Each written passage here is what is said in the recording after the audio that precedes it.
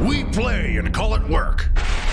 Hey there guys, Quirk here from MiniWarGaming.com with Leland and Steve, and welcome to another episode of The Reroll. This episode is, of course, brought to you guys by us, answering your questions. We have tons of questions here and there. Everywhere. All over the place. So we're pulling our questions from YouTube, the website, as well as the vault, and we're just going to jump right into this. So the first question we have here is from... I'm going to say this right now, guys. Who comes up with these usernames? That's what I was going to say. This is going to be the hardest part of this episode is saying your usernames. We will butcher them. Not intentionally all the time, but we will butcher them. So this is going to be Turfner all day for me. Turfner. So let's get the timing going here so that we don't just spend all day blabbering over these names.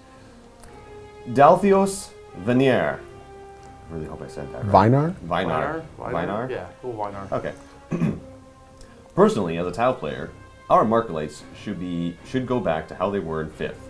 -1 cover save for each marker light hit. And you should only be able to take cover saves against marker lights. They shouldn't be able to be fired they should only be able to fire on a snapshot. That's the one change I really wanted us to have. I agree. Yeah? I agree. And still say the Storm Surge should be a walker. I think everybody agrees on that one. Yeah, the Storm Surge definitely should be a vehicle of some sort. Mm-hmm. As far as the marker lights go, I actually disagree with that. Oh, okay. And we've discussed this once or twice. I personally feel the way marker lights should be is they should be an upgrade for the unit firing them, and it should be a modifier on that exact firing.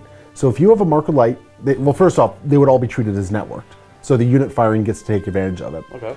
And I would love to see it where you use a marker light and it gives you one of a list of advantages. So maybe you ignore cover, maybe you improve your ballistic skill, maybe you, I don't know, get Monster Hunter, Tank Hunter, whatever. Like, I don't know what those abilities would be, but that's personally how I feel it should be. And if you have multiple marker lights, you can choose another thing. So you'd want to have it where it's like almost like a heavy weapon upgrade for a model in the unit where they're carrying a marker light type thing. Yeah, they're carrying a marker light, and basically the more marker lights you have in a unit, I don't know if that's actually possible to have multiple ones in a mixed unit, but you would get better benefits from that one, and it would only benefit that particular unit outside of like maybe special rules like combined fire or something like that. Okay.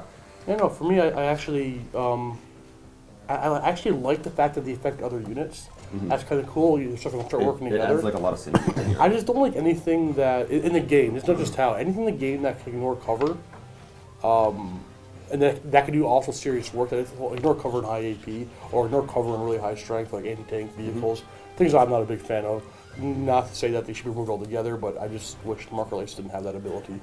It's actually become an interesting problem with the game. They've put so much emphasis on getting those cover saves, but in order to counter it, they haven't been improving other things. They've just been saying, well, cover is so important, so let's give you more stuff to ignore cover. Right. Yeah. So it's, on one hand, the armies that really need to benefit from cover, like the Dark Eldar, Imperial Guard, that sort of stuff, they can get their cover saves, but they don't have anything to deal with the high strength, high AP weaponry that goes at them. It's the guys with the 5-up armor that really get hurt by the stuff they ignore cover. Like exactly. Flamers, I get it. That makes sense. Yeah. Armor. They're cheap guys, but everything else is ignoring cover. I mean, Space Marines with cover saves, that's just... It's, who cares? I don't want to say it's too much, but it just feels like they get a greater benefit out of cover saves except for the Helldrake, yeah. Because a lot of the time they still have their armor to back up on. Yeah. Whereas, as you said, the 5-up guys, they don't have that opportunity. So. Cool. All right, so do you want to do that one? Yeah, sure. So we have another one here, and I think this is one that everyone really wants answered. Steve, your Horus Heresy army, what'd you choose? Right. Wait. Who asked the question?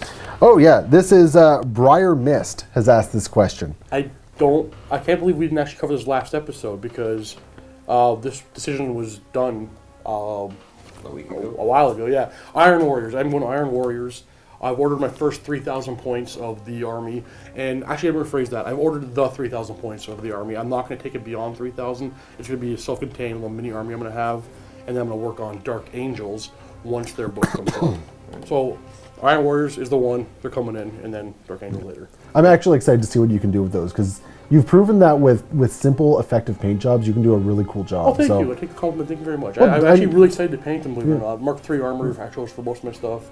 Yeah, no, I'm excited to see what you can do with them, because, I mean, they're predominantly metal, aren't they? Yeah. Like metal and black They type wear things? the silver metal. I mean, the hazard stripes are something I want to have fun with. It's just everything's going to be silver. It's my Necrons. Uh-oh. But Either way, I'm In excited the to hazard stripes, I'm just going to keep reminding you about my Tonka truck army. Oh no. No. we're going to give you a little beeper, so whenever your guys back up, you know the With the ad flash. I actually I'll talk about the list of ordered. For my first 1,500 points, there's only one tank, and it's a basilisk. So everything's going to be missiles and Mortars. artillery, mortars, the quad gun. Everything's going to be solid shell, trench fighting type theme I went with. So that's the army I'm going with. That's what you'll see relatively soon, because I guarantee I'll guarantee I'll get to it as soon as I can. Yeah, it should be in the next week or so too. It should be here next. By the time this episode's up, I could have it already, to be honest with you. That'll be cool. So I'll be working on it right away. You're going to be washing a lot of resin. Yeah, maybe. I'm going to squirt him with a squirt gun. I hope that's good enough. Again with the usernames. John Smith asks. How do you wait? Joan Smythe. No. The I silent. It's Smith. Got it. okay. Anyway, Jokes. sorry, John. Funny. We're jerks. That's an understatement. What do you think the future holds for Tyranids? Will there be huge monstrous creatures towering on the battlefield? How will it become the monstrous army? Question mark. I hope so. I don't know what to expect. I had nothing. I'm of two minds of this, because on one hand, I could see them really continuing to push the monstrous creature narrative, but on the other hand, with their desire to sell models, I have to wonder if they're going to turn Tyranids back into sort of like that massive horde army. I don't know. I liked the look of the horde army, where it was just like you're like, okay, here's my like 60 some odd models, and whoever's across the table is like, that's a unit. Yeah. And then they put that on the table, you're like, oh, I'm in trouble. Yeah. So everything's been bigger lately. You're getting everything. Tao's getting bigger stuff. Even the their Space new Marines game ages. look and feel bigger. The Space Marines, the Devastator squad is actually a little bit taller. yeah, they're than by the like a guys. millimeter or two, aren't it? Isn't Age it? of Sigmar, everything's bigger than their scales. Like everything's getting bigger, which for whatever reason it is, I'm hoping to see more monstrous creature type stuff. Now, what I could see happening is maybe reclassification of some monstrous creatures into gargantuan. That might happen. Oh, for sure. Like, I have to wonder if maybe the Trigun or the Moloch. Bring back old Red Eye. Which is the really big guys like this tall, like pops into the ground? I think that's I want to say the Moloch does that. Yeah, that thing there can easily be a gargantuan creature. It's bigger than the Wraith Knight. Yeah. No, Yeah, well, it's definitely. just like that. Actually, that's a very good point. So, some More reclassification. gargantuans and It would also give a lot of teeth to those creatures as well. Could like, can you imagine that thing popping up as a gargantuan creature? So you're getting your feel no pain, no problem. You're getting to fire. Can't ignore it anymore. Yeah, yeah, exactly. Pops out of the ground as a stomp. Cinematic is like, bah. I would love, and this is, I don't even play Tyranids. I would love to see the Hierophant get his points cut in half. It's not worth 500 points. Let alone 2/3. 1,000. 2/3. It needs to go down to about 300 points. Like it's pretty lackluster. Yeah, 900 points is way too expensive for it. Even with the 10 or the 12. It's 1,000 even. I thought. I thought it was 900. Okay, well, It's around there. it's really expensive. And for what you're getting 12 strength 10 AP 1 or AP 2 shots, and you're getting a decent close combat creature. You're not even getting a stellar one. And its footprint is absolutely massive. It It's is. a big drawback. Like everything scatters onto it and hits it. Everything scatters onto it and hits it. Sound a little bitter there, Steve. What are you talking about? Didn't you have a model here once? But no, you're absolutely right. It needs a massive price drop. Yeah, no, Big time. Tyranids are one of the two I feel that are at the absolute bottom of the tier, kind of left behind by Games Workshop at the moment. Now, oddly enough, a year ago-ish, they had a bunch of The Shield of Baal and Leviathan campaign gave them a whole bunch of new models and everything, but it still didn't bring them up to anything, really. Tyrannocytes were about the only thing that people took from that and really ran with. And they needed them back. Tyrannocytes were a great thing to have back into the Tyranid fold. Because it was their spore pods, The essentially. whole, I envision the Tyranids in the Zergy, well, the Zerg, or like that scene from Starship Troopers where all like swarming around that citadel. Whiskey Outpost? Yeah, exactly. So you don't ever see the horde of bugs all over the field. I'd like Matt to does it see. every I would now like to see like them resculpt a lot of the stuff so that they're not carrying weapons; they are weapons. I've gotten used to it now, but you're absolutely right. Yeah, I that would be hate neat. The fact that I'm a bug, and I'm gonna put the clip in my. I'm gonna put the magazine in my gun. Click, click. Like, yeah. I think the other thing we might expect to see is maybe some variations on Synapse. I have to wonder if Synapse is going to start granting like a feel no pain or something like that. I wonder about Synapse with the whole the whole Army Wide Fearless thing, if they actually start getting viable as a horde, and they're still fearless, maybe that's why they're being held back right now. How do you handle a massive hordes of fearless that can just bog everything down? Like, how do shooter armies really handle that? You really have to kill a lot for the get to. That could be an issue. Could be. It's either way. I'm looking forward to these supposed Tyranid rumors. Yeah, January here, right? That's what I've been hearing. I hope so. Yeah, that would be awesome. Just want to say, these last 3 questions we could probably make an entire reroll episode out of. That's true. Yeah. Moving on. Yeah. So let's grab one from. I believe this one's from the actual MiniWarGaming site. So Orpheus has asked, "Is there any chance of convincing Matt to do more producer versus producer stuff? Ever since the Apophis finale, a lot of us have been itching for things such as that. I would personally love to see a large apocalypse battle with the various producers on teams, maybe on a monthly basis, or a narrative campaign featuring more than just 2 players. A campaign where Dave's Warband hires Steve's Dark Elder Cabal to assist in doing something in Tau space to spurs Matt Sept would be awesome." I noticed that the 2 of us got left out of that. I will say, what? Yeah, no orcs and loyalists.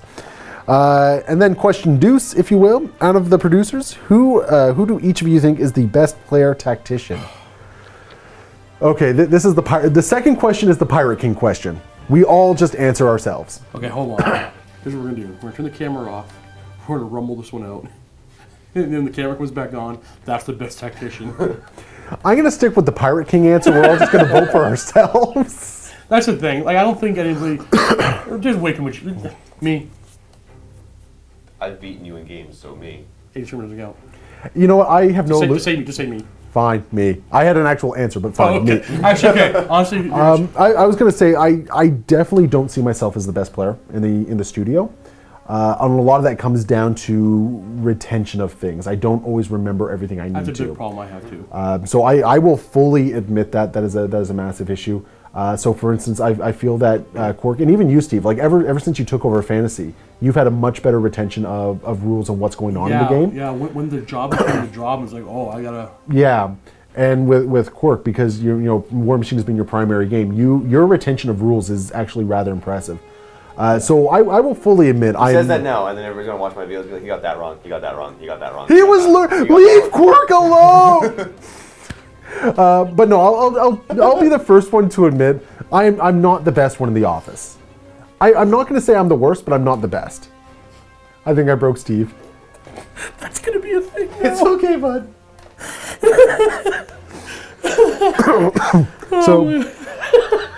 So that's the second question. The first question regarding the producer versus producer content. Okay, the answer to that is, there's always a chance Yeah. we can talk about. We just don't know what's gonna happen from day to day, but yeah, there's a chance. And I'm gonna answer the actual tactic thing. I think Matt is the front runner. I'm not trying to buy any suck up with the boss or anything like that, but that's all it is. I choose the bosses. Choose the boss. I've beaten you at 86. One game. That's all I needed. I still got the belt. You do. You. There's an actual belt. That's on the belt. It's hanging on my shelf. Yeah, if you don't know what he's talking about, Beat you you can in go into the Infinity. vault and You watch have. the one game. No, your Age of mother Sigmar. Brigada beat me in Infinity. Cork and I played one game in Age of Sigmar in the vault. It is less than 10 minutes long. I'm going to give you spoilers because most of the people who watch it have already seen it. He beat me, and I didn't roll a die. Yep. It was literally. I deployed it, and then I put my models away. That's what happened. He destroyed Steve's army like a fat kid destroys pie. He needed to have a shower afterwards. It was dirty. It was dirty. Next question. All right. Next question comes from DK Kornima. Kornima? Seriously. Karima. Oh wait, See what you do with your usernames, people. this is fun. Let's watch Quirk try and read. I think that Games Workshop aren't writing for fluff or balance. I'm pretty sure they're just trying to power creep things to keep us buying things. Let me elaborate. If the armies we all bought when we started playing 40K are still on the good list now, we're still a good list now, then Games Workshop would have made a fraction of the sales they have, and this is why they are trying to change the meta and because it doesn't necessarily work, because a changing meta isn't obviously all the players, they just increase the power of new stuff to keep us buying. As of Forge World, did you honestly expect them to bring out balanced things? Nah. Well, You go know, ahead. I got a lot of I actually want to address the Forge World one first. I think there's a big misconception about the power level of Forge World. I agree with you already. I think 9 times out of 10, the stuff is actually overcosted for Yep. what it does. Yeah, I agree. We've never talked about this, and I fully agree with you. Yeah. I think the big problem with Forge World is that there's a handful of absolutely amazing Yes. units and Yes. models, and that's what gives the bad perception. Things like Severin Loth, the Sicarus, like the Legion Sicarus tank. Yep. That can look that can really ignore. cool, too. Yeah, they look cool. That can ignore jinx saves and cover saves and They're whatnot. not like they're just really that one there just look too cheap. That's all it is. Yeah. It's effective for its point cost. Yeah. I always thought whenever, like back when I had just gotten into it and I saw Forge World stuff, I always thought Forge World was the stuff that like prestigious players bought because they would come out and be like, oh, here's all the stuff you can get. It in was a Forge World. status symbol And then back it's just like, then, yeah. oh, here's my Forge World Land Raider with custom doors and all this stuff. And it was like, ooh, Yeah.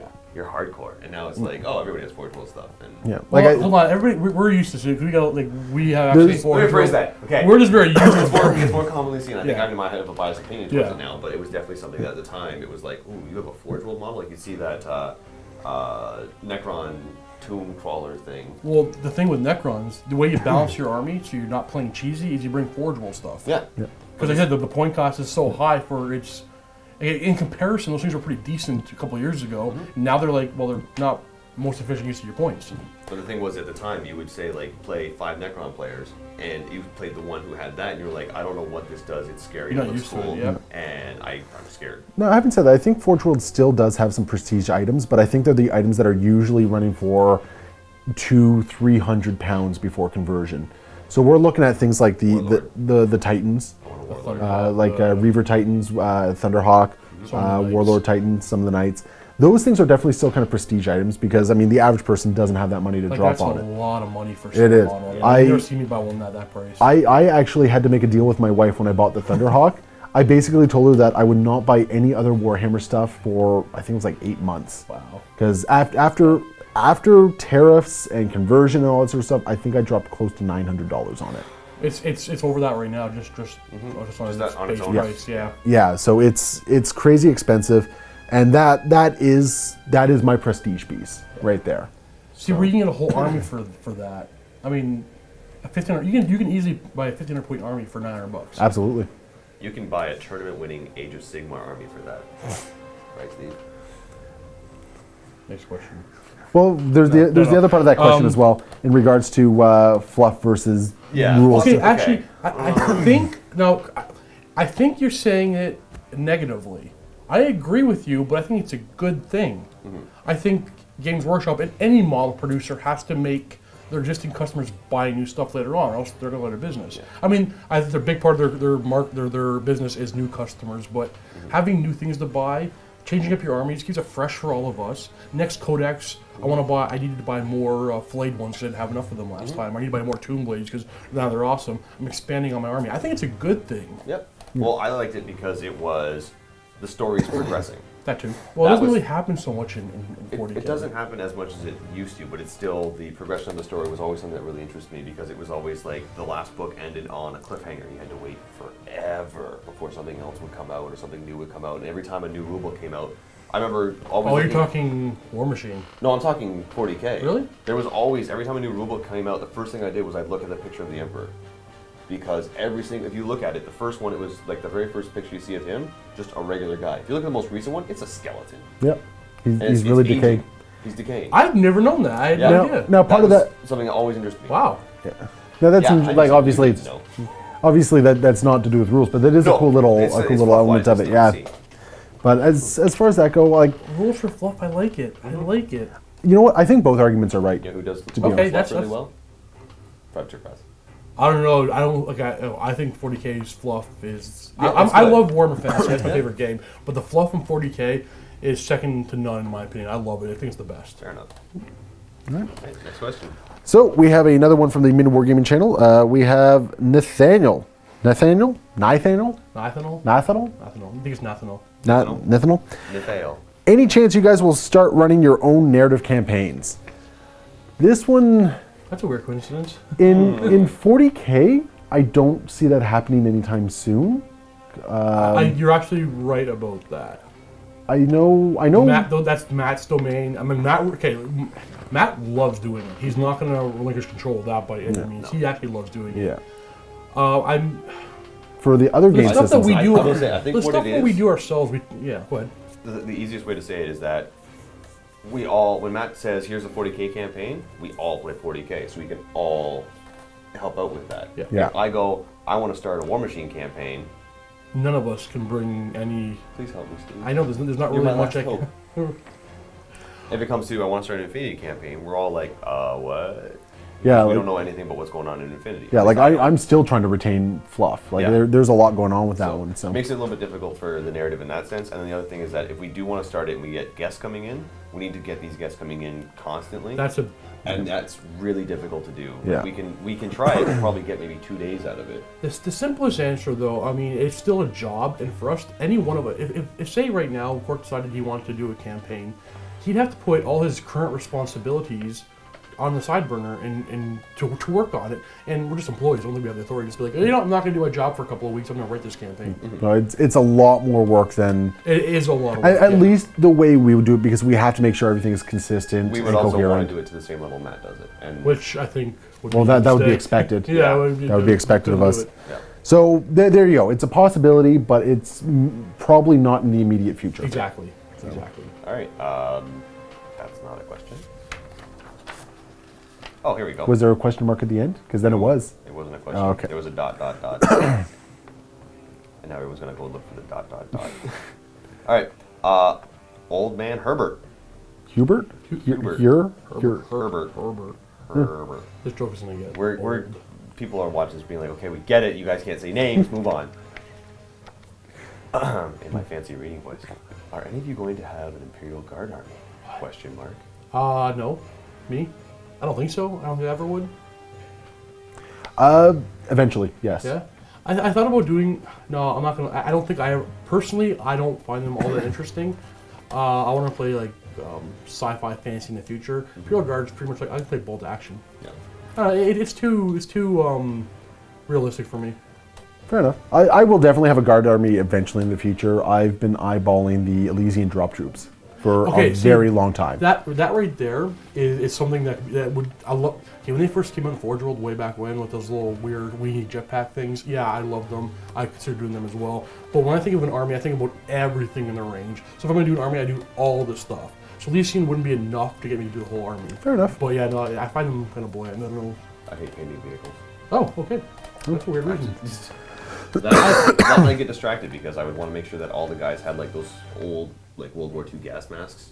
Like the So Death Corps. Creed. Yeah. Yeah, But Death But the Corps thing was, Creed. everything would be Deathcore, and I'd be too busy making Doctor Who jokes to be like, "Are you my mummy?" I kind of figured you would. I actually just didn't know. I thought you would have one already. Yeah. Somewhere in one of those boxes in the back where you're. I have this too, and here's this piece of. I had one long ago, back in the very end of 3rd edition. I actually had a 2,000 point Catachin army. Oh yeah. It was all Catachins, and I actually ended up selling it because nobody ever wanted to play with jungle terrain on the table. And jungle terrain was kind of their big thing. They had like move through cover and jungle terrain. We're And on whatnot. jungle terrain.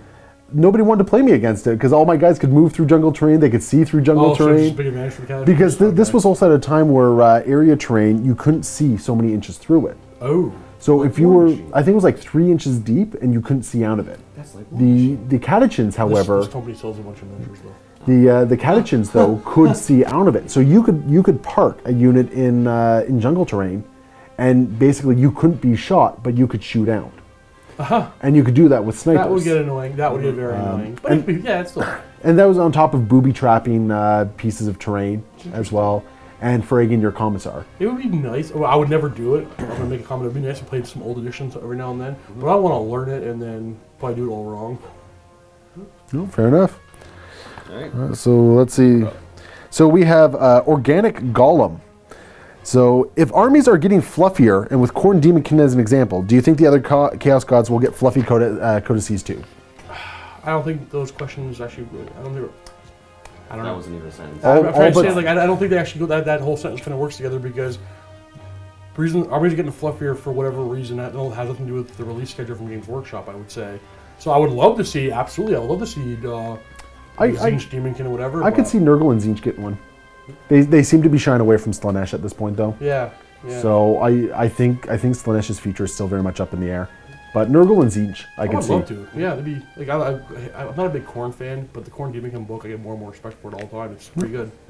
I just want to see the Tzeentch book and try and read through it if it's written like people going insane. That would be interesting. Actually, that's a good point. The fluff of that book would be very interesting. It would be. And that would be the other cool thing. We'd see a lot more sort of fleshing out of the Chaos Demons, Yeah. which would be neat. So, yeah. Another really difficult name here. John Palmer. Not even a courtesy mention of the Battle Company. Cursory. That word, that's the one. Yep. Not even I'm not even going to reread it. Because that's kind of a big thing on the tournament scene. And if you're doing power creep, you could kind of say Skyhammer Annihilation Force. Well, not game breaking. It has a day 1 DLC that included the power of a codex significantly. Improved in Well, power? that's more of a statement, but I don't know if they. I don't particularly find that thing that effective. The Skyhammer. I think it depends on the army you're playing against. That's a good point. I think there's certain armies where it's just going to annihilate. Up until recently, I would have said Tau. It would have done a number on Tau. But now with All their interceptor. all the Ghost Keels and the Storm Surges and the ability to get dirt cheap interceptor for 3 points a friggin' model. Why is it we kind of leave Space Marines out of the conversation? Because they're not bad by any means. He's right. The Demon Company is not a bad thing. It's pretty good. I'm not sure about the like you mentioned the whole idea of it tearing up the tournament scene. Is that actually the case? Because I don't like I've seen them rank Yeah. well. In all fairness, when was the last time any of us were at a... That's a very fair point. I mean, we're kind of stuck on our mobile here, MiniWarGaming, but I try to pay attention. I know they do rank well, but I don't recall ever hearing them really just tearing through and winning a whole bunch. I know Eldar won one of the most recent tournaments, like big tournaments. Yeah. So I don't think know. that's kind of what See, we did. but I don't think any of us here disrespect the Space Marines by any means. It just I don't think in my mind they're not the top competitors. They could be. They're vanilla yogurt. That's the thing. That's what. Yeah, they're like that's what. To me, that's what the game is, and then everything else. I don't know. They're the baseline. They're the baseline. They're a baseline. So a good player can do great things with them. Sure. A bad player, it's a little bit more forgiving. Yeah. So yeah, they're the baseline. Why didn't I start with Space Marine? Although, you know what though? Reading the comment, I think it might be worthwhile for us just on bi-weekly basis, just check some of the tournament standings. I agree. It might be worthwhile. You bring up a very good point. Yeah, you're right. We kind of glossed over it. You're right. Yeah. No, I think I think we could benefit from that. Just sort of paying a little bit more attention to tournament results and whatnot. So I guess we're onto one of these ones. Okay. Oh, okay. So we got a big one. Darkwanza. Darkwanza? Darkwanza! I don't know. Capital Z. Capital Z-A. Today. We're in Canada. Z. Z. Damon. Question. Grey Knights can be good if you play in certain ways. But they are, in my opinion, best used as a powerful ally using the Nemesis Strike Force formation. What would you change in them to bring them more onto par with the top armies? Examples I like. Psi ammo, +1 strength to shooting, however it is cast as a blessing power and a psyker can only cast one of it or hammerhand per turn. Storm shields for paladins, these guys are supposed to be bodyguards to a Grand Master but die so easily. Some nice fluffy formations, I love the Nemesis Strike Force, but some more fluffy formations that fit under 1500 points would be awesome. P.S. Buying Tau to combine the Nemesis Strike Force with the Tau fire-based support cadre, Hammer and Anvil. I have nothing to bring to that whole conversation whatsoever because I don't have enough about them, so you take it. But one thing they should not do is give Storm Shields to that army. 2 open vulnerable saves is too good. That's one of the problems. It's because of the the +1 year. The Sanctuary, yeah. Sanctuary. And that's the only reason. that's actually a big thing. If they were to bring Storm Shields into Grey Knights, they could not be the same price as standard Storm Shields. There's absolutely no way. Way higher, yeah. Bare minimum, they'd have to be 15 points a Storm Shield, not the standard. Because normally I think you're paying like 10 or 15 points for a Storm Shield and Hammer. In a regular. It's 5 now. It's only 5. Is it now. 5? Either way, I think 15 might be, if they were to introduce Storm Shields, 15 would be where they need to be. I mean, we get 2 cover save things, but 2 open vulnerables. Oh. Yeah, because Sanctuary would make that ridiculously good. I think more realistically, instead of Storm Shields, they should give Paladin Sanctuary as a power. That way they increase it to a 4-up and vulnerable. I think that would be the way to do it. Give them Sanctuary as a base power. Because you're absolutely right. These are the bodyguards. Yeah. Yeah. As for the other things, Cybolt ammo, absolutely. It should come back. Not in the form it was, though. What was wrong with the form it was? I almost... Why? It was ridiculously good. I know. I loved it. I agree. I loved it too. I've actually always been of the mindset that it should have been a psychic power. And No, they're special bullets. special bullets made from broken down psychers. No, made Or, from the broken... sorry, made broken from the down tears of your empire. enemies. Actually, no. I think it was like made from. Space, dude. It was made from bits of the Emperor. I don't agree that it should be either Hammerhand or Cybolt ammo. I think you should still, if you have warp charges, you should be able to cast it. But I do think that Cybolt ammo as a psychic ability would be a fantastic little force multiplier for Grey Knights. Because it means it's not a guaranteed thing. You still have to put resources into it. So I do kind of like that in that regard. As for formations, absolutely. Oh, formations, yeah, for sure. They're- Those have been amazing and fun. There's so many books that still need some formations. Like as it is right now, we have the Nemesis Strike Force, and then I think there's the Brotherhood formation, and then there's a couple ones that you can get through Warzone books or Apocalypse and whatnot. The formation thing is actually a big thing. I think, well, there probably are. I'm sure they're doing them soon for everybody, but I would love for everybody to have a handful of formations. It was nice to see that the White Scars and Raven Guard, just chapters within a chapter, get a bunch of their own formations. No. Or no, you know what I meant by that. So that is our 30 minutes. My timer just went off. Wow, that went fast. I know. Time flies when you're having fun. We have a whole other book of Questions? lots of stuff. Okay. Well, what kind of questions are those, Steve? These are all from the vault. So all you vault members will get your questions next. Indeed. So guys, stay tuned for that one. Thank you for tuning in. As always, we're going to keep doing this. If you have any questions that you think we should tackle or answer and whatnot, we're always going to try and pay attention to those on top of any other regular topics we might be covering. So we definitely look forward to hearing from you. And if you guys want to go check out the Vault video, there's going to be a link below. Go ahead and click that link. If you're a Vault member, it's going to take you right there. If not, it's going to give you an option for a 7-day free trial. Definitely worth checking out.